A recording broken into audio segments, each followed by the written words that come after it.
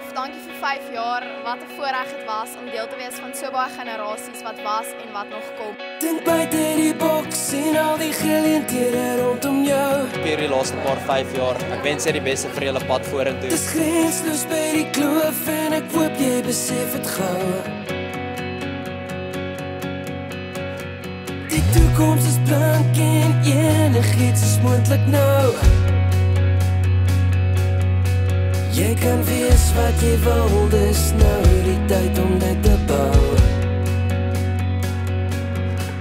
Ons is grensloos hier by die Vaderkloof. Ons bou en geloof, voel die krag van die woord dat die